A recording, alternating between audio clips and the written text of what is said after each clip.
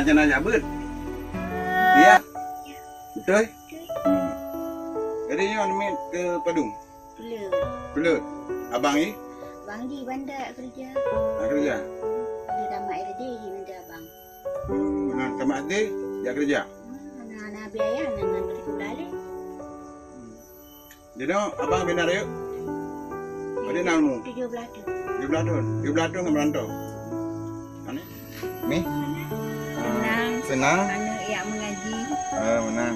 Harapan bro ke rencana bro ke Padung Tun. Jadi beje kurai. Dan alhamdulillah meramulai juga.